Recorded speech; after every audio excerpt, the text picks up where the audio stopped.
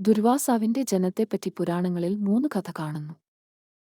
ഒരിക്കൽ ബ്രഹ്മാവും ശിവനും തമ്മിൽ ഒരു വലിയ കലഹം ഉണ്ടായി.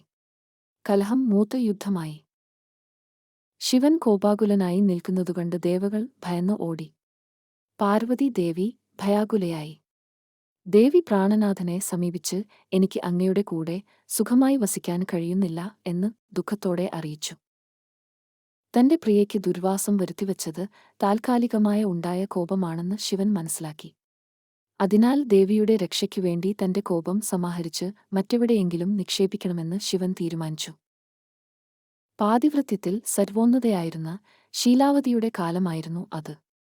അവരുടെ ഭർത്താവായ ഉഗ്രശ്രവസ് കുഷ്ഠരോഗിയായി തീർന്നിട്ടും വേശ്യാലയത്തിൽ പോകണമെന്ന ആഗ്രഹം ഉപേക്ഷിച്ചില്ല. നടക്കുവാൻ പാടില്ലാതിരുന്ന ഭർത്താവിനെ ശീലാവതി തോളിൽ വഹിച്ചുകൊണ്ട് വേശ്യാഗൃഹത്തിൽ പോകും വഴി അണിമാണ്ഡ്യവൻ എന്ന മുനി ഉഗ്രശ്രവസ്സിനെ ശപിച്ചു, അടുത്ത സൂര്യോദയത്തിൽ തല ചിതറി മരിക്കട്ടെ എന്ന്.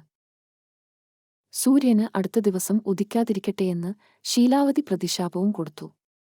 അതനുസരിച്ച് സൂര്യൻ ഉദിക്കാതെയായി. കാര്യങ്ങൾ ആകെ കുഴപ്പത്തിലായി. ത്രിമൂർത്തികളും ദേവകളും കൂടി അത്രി മഹർഷിയുടെ സഹധർമ്മിണിയായ അനസൂയയെക്കൊണ്ട് ശാപം പിൻവലിപ്പിക്കുകയും ചെയ്തു. സന്തോഷിച്ച ത്രിമൂർത്തികൾ അനസൂയയ്ക്ക് എന്തു വരം വേണമെന്ന് ചോദിച്ചു. ബ്രഹ്മ, വിഷ്ണു, മഹേശ്വരന്മാർ തന്റെ ഗർഭത്തിൽ കൂടി അംശാവതാരമെടുക്കണമെന്ന് അനസൂയ ആവശ്യപ്പെട്ടു. അതനുസരിച്ച് ബ്രഹ്മാവ് ചന്ദ്രനായും മഹാവിഷ്ണു ദത്താത്രേയനായും അനസൂയയിൽ ജന്മമെടുത്തു. പാർവതിക്ക് ദുർവാസ ഹേതുവായ കോപത്തെ ശിവൻ അനസൂയയിൽ നിക്ഷേപിച്ചു. അനസൂയ പ്രസവിച്ച ശിവന്റെ കോപാംശമായ ആ കുട്ടിക്ക് ദുർവാസാവ് എന്ന് പേരിട്ടു.